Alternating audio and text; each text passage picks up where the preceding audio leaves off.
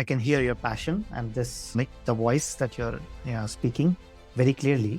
So now the question is, you also mentioned, right, you have a company which is growing, which has a healthy balance sheet, which also means that you need to have a set of leaders who do not just take care of the business, but who also advocate this voice of values of doing things the right way and living things like the right way, and not just creating another set of problems while doing this transition journey. What kind of leaders do you need, or in the wider world do we need?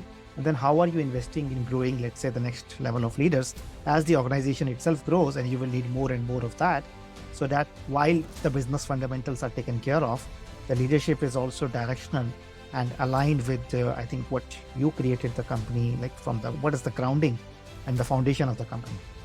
Yeah, I think that's a great question. I think we're increasingly seeing with the emerging generations and with select members of my own generation that there is already a quite deep sense of urgency and deep understanding in the need for change leadership and ability to live in constant change is something that is quite important. You need to be willing to accept that what was true yesterday is not the same as what is true to today, which is not the same as what will be true tomorrow. And you need to be able to live in that, let's call it, increasingly volatile and increasingly dynamic environment. But at the same time, my children have not lived in a world without iPad, right? They don't know a world without cell phones. I do, right? Because I come from a world where we didn't have cell phones and we didn't have iPads. The children that are being born today have not lived in a world without ChatGPT, right? And whatever future versions of that, where you can actually just ask a machine anything and you can get a full dissertation in perfect English or any language there is on what you should do. So the way in which one learns and the way in which one applies technology into improving technology is going to be a core feature of tomorrow. How do we leverage data computing power, Moore's law, Wright's law?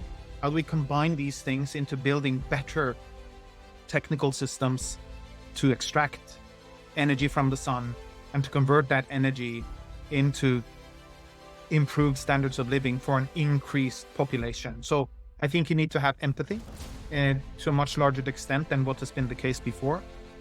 And I am not saying that because I think empathy in itself is important, which I do personally, but I do think empathy for other people, empathy for other cultures, empathy for other religions and people's different views are going to be important for the leaders of tomorrow. So those are the kinds of qualities that I would be looking for, beyond, of course, subject matter expertise that needs to be stellar and top-notch, etc.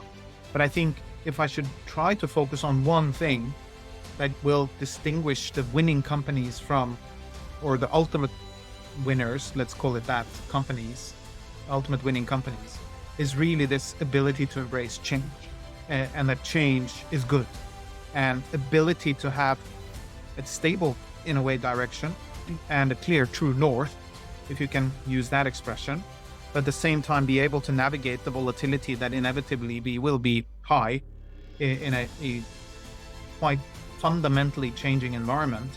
That is going to be core. Final thing I'll say is we are standing in front of the largest secular shift in Homo sapiens history, and the speed at which we're able to enable and lead this shift is directly correlated to the future well-being of our children.